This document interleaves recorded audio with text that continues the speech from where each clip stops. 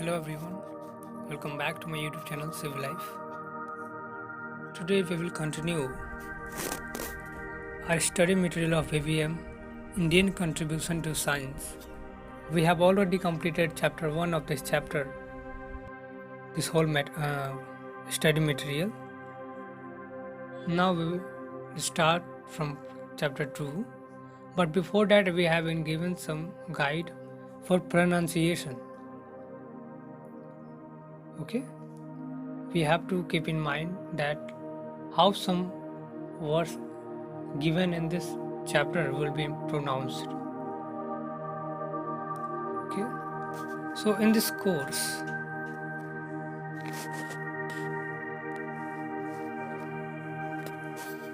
we have used diacritical marks for words in Sanskrit and other Indian languages, that is to say accents, dots and macrons. So do you know what accent is? Accent क्या होता है? Accent का मतलब होता है बोलने का लहजा, किस लहजा में हम बोल रहे हैं, ठीक है। जैसे इंग्लिश में भी जो बोलते हैं बहुत सारे लोग, जैसे इंडिया में ही बात कर रहे हैं तो बहुत सारे लोग नेटिव इंग्लिश बोलते हैं, नेटिव की तरह बोलते हैं, और कुछ होते हैं जो अंग्रेज़ की तरह बोलते हैं, एकदम लगता है कि अंग्रेज़ में और यहाँ इसमें कोई कमी नहीं है, ठीक है। लेकिन जो फॉर्मली हम लोग इधर बात करते हैं तो नॉर्मल इधर के एक्सेंट बात करते हैं, बोलते हैं कि ये ब्रिटिश एक्सेंट है, अमेरिकन एक्सेंट, अमेरिका में कुछ और होता है, ब्रिटेन में कुछ और होता है, तो उसी तरह का एक्सेंट होता है। तो उसी एक्सेंट को ध्यान में रखते हुए कुछ वर्ड का प्रोनाउंसिएशन कैसे करना है वो इसमें इस गाइड में बताया जाएगा।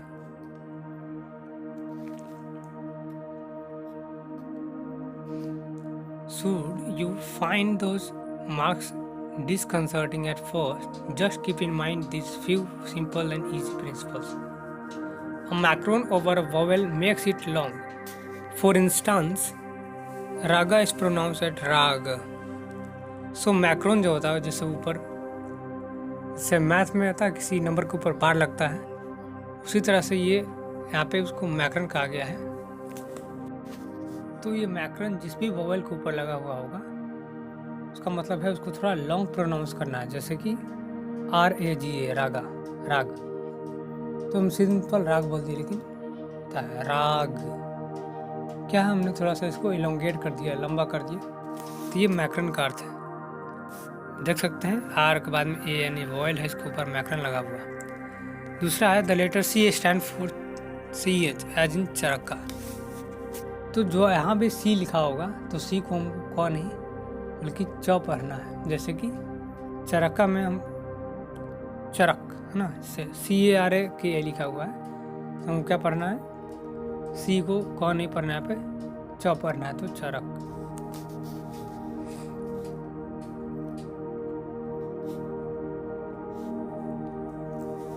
S as in Sushruta and S as in nakshatra may be pronounced more or less as sha in shall. Thus, Salvasutra is pronounced as Salvasutra. तो इसमें भी क्या करना है, देखिए इलोंगेट करना है। जैसे स जो है श का शैल, ठीक है, मोर और लेस श को उसमें शैल कहा जाता है, शालबुस्त्रा, शालबुस्त्रा। जिसमें SUL है तो SHUL हो गया है, यानी देखिए एस के ऊपर जो बुनका टाइप का जो लगा हुआ है वो असल में स है, ठीक है। स हम पढ़ते हैं, इसको क्या पढ़ना है, श पढ़ना है। हिंदी में होता है ना स श, ये तीनों अलग अलग होता है। उसी तरह से जैसे दंत स होता है तो दंत स का स्पेलिंग होता है एस, जबकि उनको क्या बोलना है, तालव्य स, यानी SH का प्रोनाउंसिएशन यहाँ पर करना है। तो सालबुस्त्रा का होगा सालबुस्त्रा, ठीक है।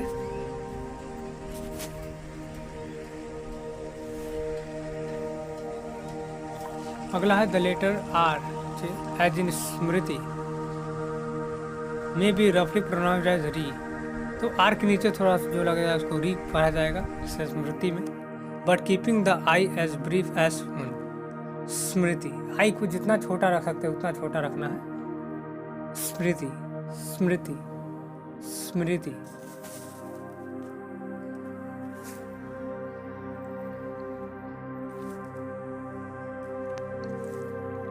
Other dotted constants D, T and N mainly are hard, that is pronounced by heating the tongue on the palate. Thus Aryabhatta is pronounced with the hard sounding t. तो उसमें क्या है, जो D और T के नीचे जो लग रहा है नीचे, तो उसको क्या करना है, लास्ट में उसको ज़्यादा जोर देना है। जोर देने का मतलब कि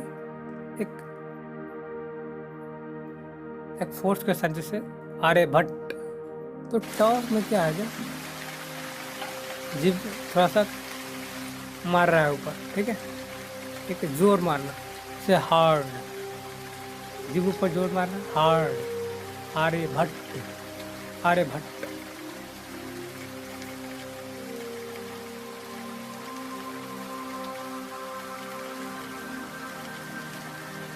Undotted consonants are soft with the tongue on the teeth.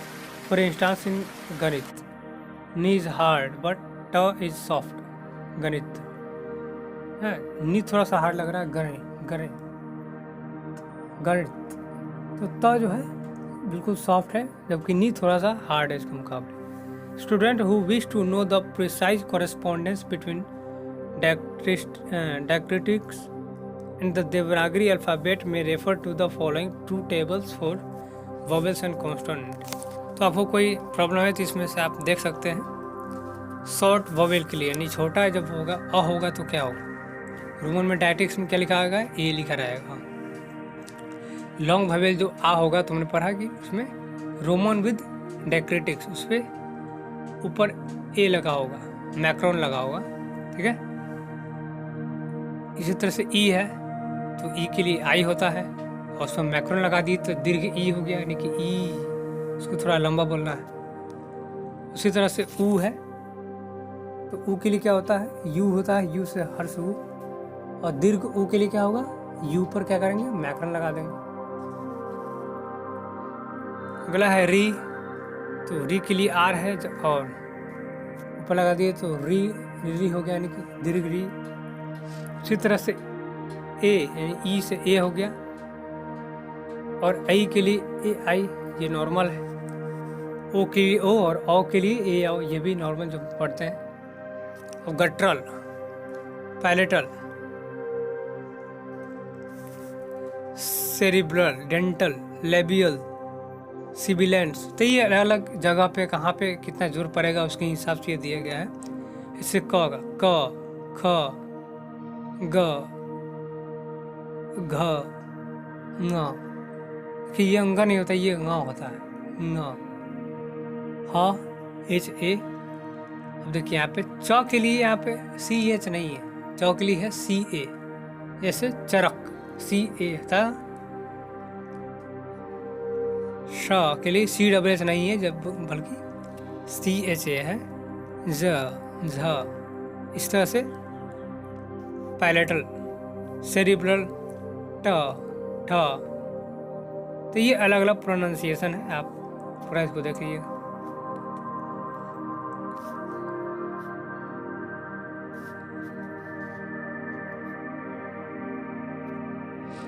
In every ancient culture, astronomy was born before mathematics. There is in fact no need of maths to look at the sky, observe the periodicity of moon's phase of identifiable planets, the northward and southward journey of the sunrise on the eastern horizon through the year, or to trace imaginary lines between the stars। कि ancient culture astronomy की बात करें तो born before mathematics, ये maths से पहले astronomy का विकास हुआ था, एस्ट्रोनॉमी का जन्म हुआ था। इन लोग मैथ्स बाद में जाने उससे पहले, क्योंकि अब क्यों ऐसा कहा गया है, क्योंकि किसी चीज़ को देखने के लिए, स्टार वगैरह को देखने के लिए, एक दूसरे के बीच की दूरी निकालने के लिए, और कितना पीरियड में मून का फेज बदल रहा है, ये सब ऑब्जर्व करने के लिए मैथ की ज़रूरत नहीं है। और ये मैथ्स के बहुत पहले से ही ऐसा ऑब्जर्व किया जा रहा है, इसीलिए कहा गया कि मैथमेटिक्स से पहले एस्ट्रोनॉमी का जन्म हुआ था। तो इसलिए आते हैं पहला सेकेंड चैप्टर है astronomy in India. The beginning of the Indian astronomy, Bharat Indian astronomy को एक शुरुआत कैसे हुई।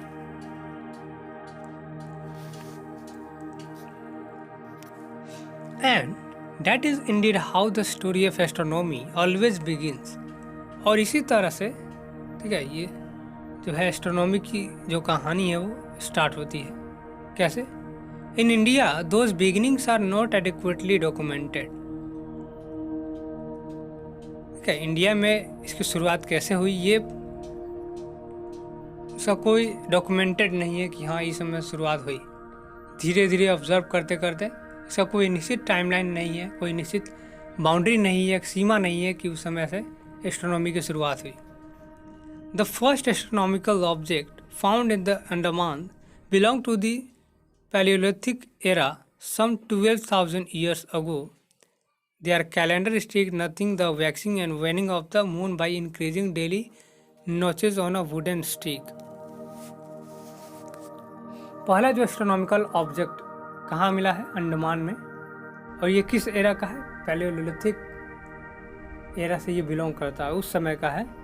और कब का? लगभग 12,000 साल पहले का। तो यहाँ से डायरेक्ट क्वेश्चन बनते हैं और पिछली बार क्वेश्चन आया भी है इससे, तो ये आपको ध्यान रखना है। देयर कैलेंडर स्टिक, तो ये कैलेंडर स्टिक की तरह है। नथिंग द वैक्सिंग एंड वेनिंग, ठीक है, ये एक स्टिक के ऊपर लगा दिया जाता था जिस तरह से moon by increasing daily notches on a wooden stick. तो मून का फेज जो है उसी हिसाब से पता लगाया जाता था कि अलग अलग, जैसे हम लोग साइंस का एक्सपेरिमेंट करते हैं कंडक्शन से, किस तरह से पहले ये वाला अलग अलग एक स्टिक के ऊपर मोम लगा देते हैं, उसी तरह से ये भी उसी तरह का पता लगाया जाता था कि कितना समय में ये वैक्स जो है वो नीचे गिर रहा है, यानी मेल्ट हो रहा है, तो उसके हिसाब से ये पता लगाया जाता था। ये देखिए, यही है उसका application. One of the characteristics found in Andaman island apparently recording lunar phase across several months, कि लूनर फेज जो है, ठीक है, चंद्रमा का जो फेज है वो उसका पता लगाने के लिए ये एप्लीकेशन लगाया गया था। ठीक है,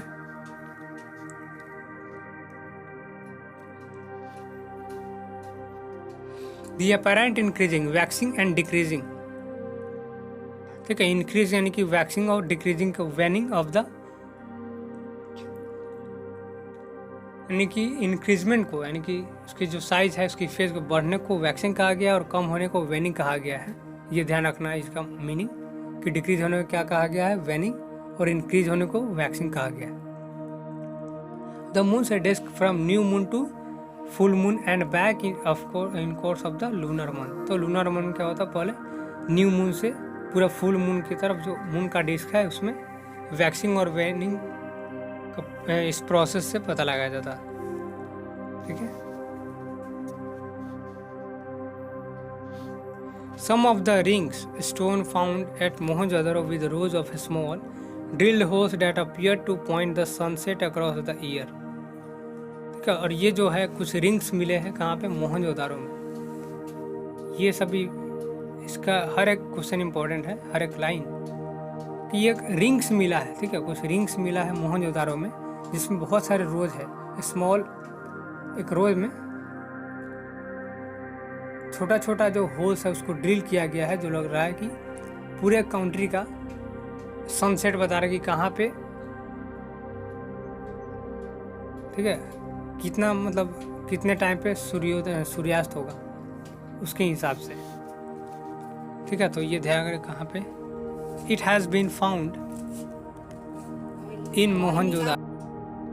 Next,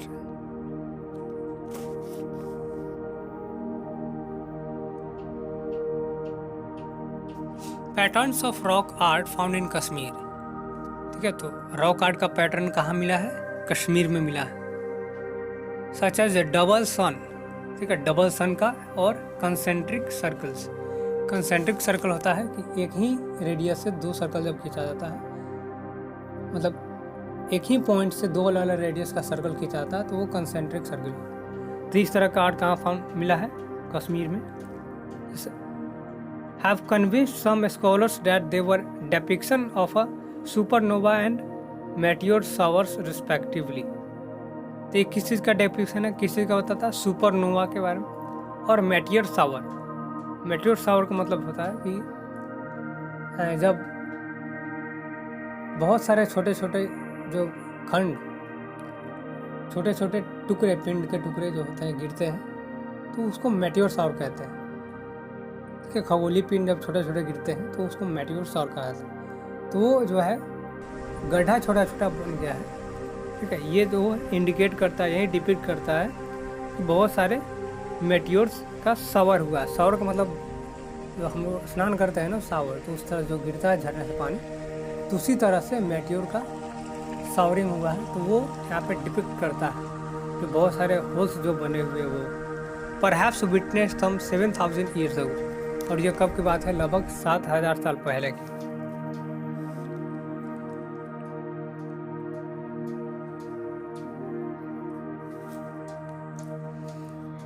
Rings stones found at Mohenjo-daro, the largest city of the Indus Valley civilization, which exhibit rows of small drilled holes, have been interpreted as calendarically devices keeping track of the sunrise at different times of the year.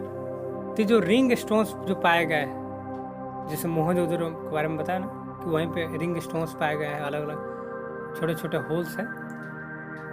और मोहनजोदड़ो क्या है? तो Indus valley civilisation का सबसे बड़ा largest city है। जो ये एग्जिबिट करता है, एग्जिबिट जो दिखाता है कि अलग अलग स्मॉल रोग जो ड्रिल किया गया वहाँ पे। ठीक है, तो वो इस बात का पता लगाने के लिए कि साल के अलग अलग समय में कहाँ पे सनराइज और सनसेट कब होगा, शायद हम लोग पता लगाते हैं ना मौसम के हिसाब से, मेट्रोलॉजिकल डिपार्टमेंट जो आज का, तो उसी तरह का पता लगाने की वो इक्विपमेंट वहाँ पे लगाए गए थे, वहाँ का एप्लीकेशन था। तो ये पहले भी हम बता चुके हैं, वहीं लिखा हुआ है।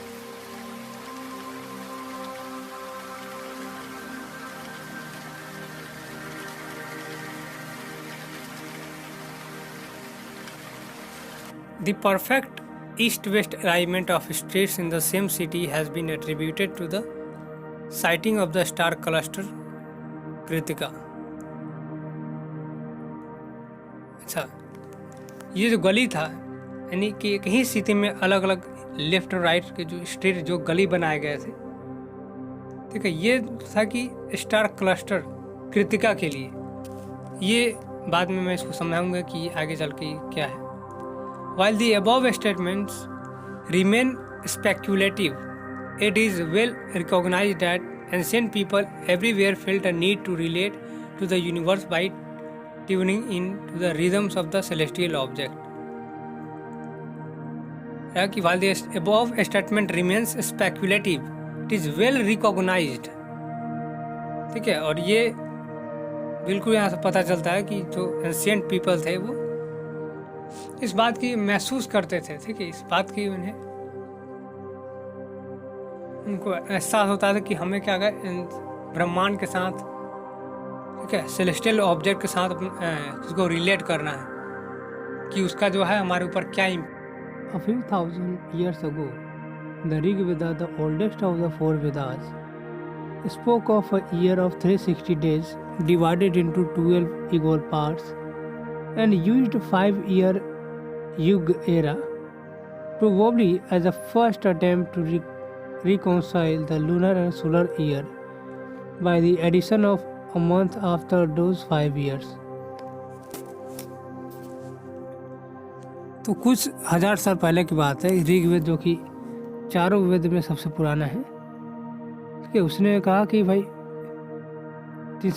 1 साल को 360 दिन में भी डिवाइड करना है, ठीक है, और 12 इक्वल पार्ट्स में। ठीक है, यानी 1 साल को 360 दिन में अधिक कर दिया, बांट दिया, और क्या किया, 12 इक्वल पार्ट्स उसका कर दिया। And used a 5-year yuga era probably as the first attempt to reconcile the lunar and solar year.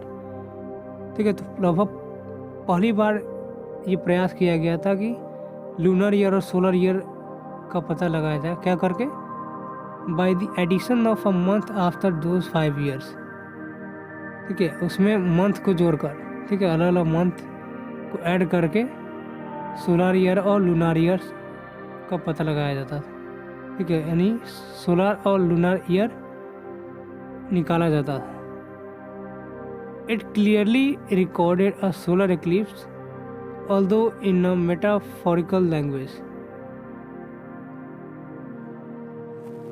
देखिए, उन्होंने रिकॉर्ड तो किया कि सोलर इक्लिप्स यानी कि जो सूर्य ग्रहण होता है वो किस तरह से है, यानी उनका रिकॉर्ड अच्छा से पता तो लगा है, लेकिन वो मेटाफोरिकल लैंग्वेज में है। ठीक है, वो अलग दूसरे ही तरह के हैं जिस समझना थोड़ा सा कठिन है।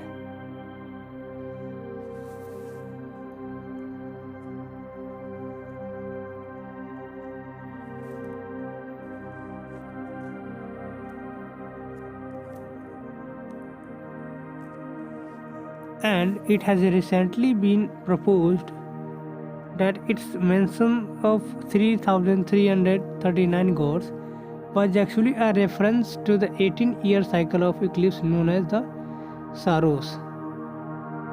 ठीक है, तो ऐसा एक हाल ही में एक प्रपोजल आया कि इसने 8 यानी कि जो विदाज है उसमें कितना मेंशन किया गया, 3,339 भगवान के बारे में उसमें मेंशन किया गया है। और ये एक्चुअली क्या था, एक रेफरेंस की तरफ पे था। ठीक है, रेफरेंस माना जाता है कि ये जो इक्लिप्स का जो है 18 साल का एक साइकिल चलता है। ठीक है, और इसको क्या कहा जाता है, सारोस। ये क्वेश्चन पूछा गया है, इसलिए ध्यान रखिए इसको। ये जो इक्लिप्स यानी कि जो ग्रहण है, इस ग्रहण का 18 साल का जो साइकिल चलता है उसको सारोस कहा गया है। और इसमें क्या बताया गया कि 3,300 कितने 39 गॉड मेंशन किया गया, जो कि एक रेफरेंस के तौर पे है कि ये 18 साल का साइकिल चलता है इक्लिप्स का। If so this points to a very early tradition of astronomical observation. अगर ऐसा है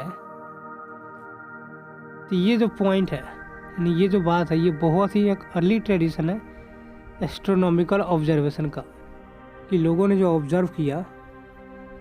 ठीक है, यानी पहले तुम ये जान चुके कि मैथमेटिक्स से पहले एस्ट्रोनॉमी का जन्म हुआ था। और यदि ऐसा है, ऊपर का जो बात जो है वो सही है, तो ये सबसे अर्ली ट्रेडिशन होगा एस्ट्रोनॉमिकल ऑब्जर्वेशन का। ठीक है, A few centuries later, the Yajurveda. देखिए, ऋग्वेदा ने क्या किया, ये अलग अलग अपना अपना दिन निकालता है कि लूनर ईयर कितना होगा, सोलर ईयर कितना होगा, अलग अलग। ठीक है, तो a few centuries later, उसके कुछ शताब्दी बाद यजुर्वेदा ने कंसीडर किया क्या, एक लूनर ईयर। ठीक है, एक चंद्र वर्ष जो है कितना का होना चाहिए, 354 days, and a solar year of 365 days, and divided the year into 6 parts। तो यजुर्वेद ने क्या किया, यजुर्वेदा ने लूनर ईयर को कितना बताया, 354 डेज, और सोलर ईयर कितना 365 डेज, और उसको कितना भाग में डिवाइड किया है, 6 पार्ट्स में। ये देख सकते हैं 27 nakshatras with the earth in the centre. ठीक है, ये 27 नक्षत्र है, ये चारों तरफ से है और बीच में अर्थ है। अच्छा, 6 ऋतुज है। ठीक है, 6 पार्ट है, 6 ऋतुज में। तो ये क्वेश्चन इम्पोर्टेंट है कि यजुर्वेदा ने सोलर ईयर और लूनर ईयर को कितने डेज में कंसीडर किया है और उसको कितने ऋतुज में बदला है। ठीक है,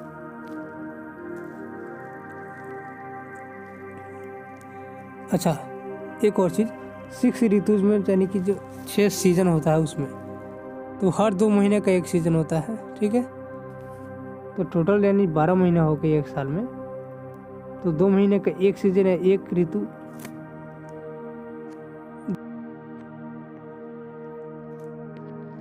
The Yajurveda also gave the first list of 27 nakshatras or lunar mansions, that is constellations along the path of the moon on the celestial sphere. तो यजुर्वेदा ने ये भी बताया कि टोटल जो 27 नक्षत्र है या इसका दूसरा नाम क्या है, लूनार मैंसन।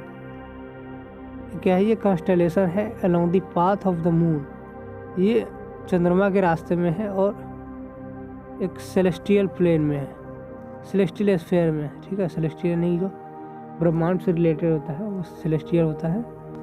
तो आप यहाँ देख सकते हैं ये जो है पृथ्वी है, इसके चारों तरफ जो है वो चंद्रमा का कक्ष है और उसी में क्या है, अलग अलग नक्षत्र है, कुंभ, मीना, मकर, धेनु, मूला, ज्येष्ठा। तो इतने